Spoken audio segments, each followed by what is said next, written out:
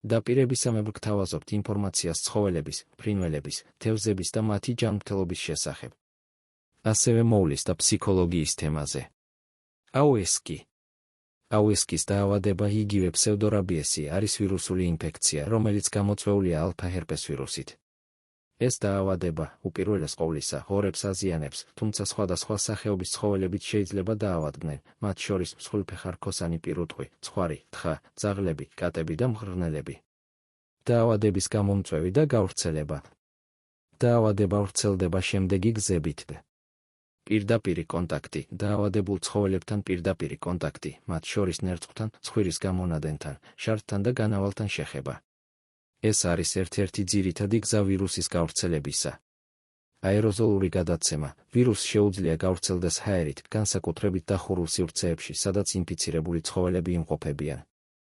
არაპირდაპირი კონტაქტი. ვირუსი შეიძლება გადაეცეს დაბინძურებული საკვების, წყლის, აღჭურვილობის ან ტანსაცმლის საშუალებით. ეს მნიშვნელოვანია იმისთვის, რომ თავიდან იქნას აცილებული ინფექციის გავრცელება ფერმაში. დედიდან შვილზე გადაცემა. ინფიცირებულ დედას შეუძლია ვირუსი გადასცეს ნაყოფს ან ახალდაბადებულ გოჭებს. ღორები, განსაკუთრებით მგრძნობიარენი არიან ახალგაზრდა გოჭები, რომლებშიც დაავადება ხშირად მძიმე ფორმით მიმდინარეობს და მაღალი ლეტალობა ახასიათებს. ზრდასრული ღორებიც შეიძლება დაავადდნენ, მაგრამ მათში დაავადება შედარებით მსუბუქად მიმდინარეობს. მსხვილფეხა-რქოსანი პირუტყვი, მათში დაავადება ძირითადად ნევროლოგიური სიმპტომებით ვლინდება. ცხვარი და თხა, იშვიათად ავადდებიან, თუმცა დაავადების შემთხვევები აღწერილია. ძაღლები და კატები, მათში AOS-ის დაავადება მწვავე ნევროლოგიური სიმპტომებით ვლინდება და ხშირად ლეტალურად სრულდება. მღრღნელები, შესაძლებელია ვირუსის მატარებლები იყვნენ და ხელს უწყობდნენ მის გავრცელებას. დაავადების სიმპტომები. სიმპტომები დამოკიდებულია ცხოველის სახეობაზე, ასაკზე და ინფექციის სიმძიმეზე. ღორებში. ახალგაზრდა გოჭები, მაღალი სიკვდილიანობა, ნევროლოგიური სიმპტომები, როგორიცაა კრუნჩხვები, ტრემორი, კოორდინაციის დაკარგვა, ასევე დეპრესია, მადის დაკარგვა, ღებინება და ცხელება.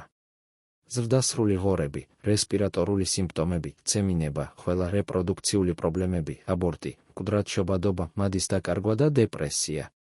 მსხვილფეხა-რქოსან პირუტყვში, ნევროლოგიური სიმპტომები, მათ შორის კრუნჩხვები, კოორდინაციის დაკარგვა, დამბლა, აგრესია, ინტენსიური ქავილი და ცხელება. ძაღლებსა და კატებში, მწვავე ნევროლოგიური სიმპტომები, როგორიცაა ქავილი, განსაკუთრებით თავის არეში, კრუნჩხვები, კოორდინაციის დაკარგვა, აგრესია, ნერწყვდენა, დეპრესია, მადის დაკარგვა და ცხელება. მიკრობმატარებლობა და გადაცემის გზები. გამოჯანმრთელებული ცხოველები შესაძლოა გახდნენ ვირუსის მატარებლები და გამოყვან ვირუსი გარემოში, თუმცა მათ არ შეიძლება ჰქონდეთ დაავადების სიმპტომები. ღორებში ვირუსი ლატენტურ მდგომარეობაში რჩება ნერვულ ქსოვილში და შესაძლებელია გააქტიურდეს სტრესის დროს. ვირუსის გამტარობა ღორებში 150 დღიდან 6 თვემდეა, ვირთებში 130 დღე. ინკუბაციის პერიოდი გრძელდება 2-დან 20 დღემდე, რქოსანში 6-დან 15 დღემდე, ბოцვრებში 1-დან 6 დღემდე, ხოლო ძაღლებში 2-დან 4 დღემდე.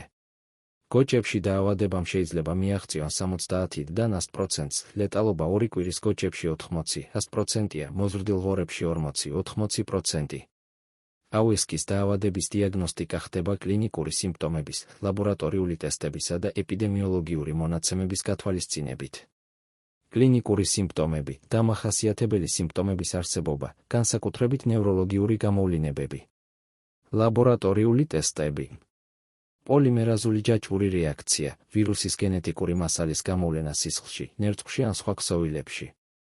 ეს არის სწრაფი და მგრძნობიარე მეთოდი ვირუსის დასადგენად. ფერმენტთან შეჭიდული იმუნოსორბენტული ანალიზი, ანტისხეულების გამოვლენა სისხლში, რაც გვეხმარება იმის დადგენაში, იყო თუ არა ცხოველი ინფიცირებული წარსულში. ვირუსის იზოლაცია, ვირუსის გამოყოფა და იდენტიფიცირება უჯრედულ კულტურაში, რაც უზრუნველყოფს ვირუსის ზუსტ იდენტიფიცირებას. იმუნოჰისტოქიმია, ვირუსის ანტიგენების გამოვლენა ქსოვილებში. პათანატომიური გამოკვლევა, დაავადებისთვის დამახასიათებელი ცვლილებების აღმოჩენა ორგანოებში. მკურნალობა. სამწუხაროდ AOS-ის დაავადების სპეციფიკური მკურნალობა არ არსებობს. მკურნალობა სიმპტომურია და მიზნად ისახავს სიმპტომების შემსუბუქებასა და გართულებების პრევენციას. სიმპტომური მკურნალობა. ანთების საწინააღმდეგო საშუალებები, არასტეროიდული ანთების საწინააღმდეგო საშუალებები, როგორიცაა ფლუნიქსინმეგლუმინი, მელოქსიკამი და კეტოპროფენი, ტკივილის და ცხელების შესამცირებლად. ანტიკონვულსანტები, კრუნჩხვების შესამცირებლად, მაგალითად დიაზეპამი და ფენობარბიტალი. ინფუზიური თერაპია, დეჰიდრატაციის თავიდან ასაცილებლად განსაკუთრებით ცხოველებში, რომლებსაც აქვთ ღებინება და მადის დაკარგვა. სათანადო მოვლა, კომფორტული გარემოს შექმნა, ადვილად მოსანელებელი საკვების მიცემა და სტრესის შემცირება. ანტიბიოტიკოთერაპია, მეორადი ბაქტერიული ინფექციების პრევენციისთვის, რადგან დასუსტებულ ცხოველებს შესაძლოა განუვითარდეთ ბაქტერიული გართულებები. მედიკამენტების ჩამონათვალი. არასტეროიდული ანთების საწინააღმდეგო საშუალებები.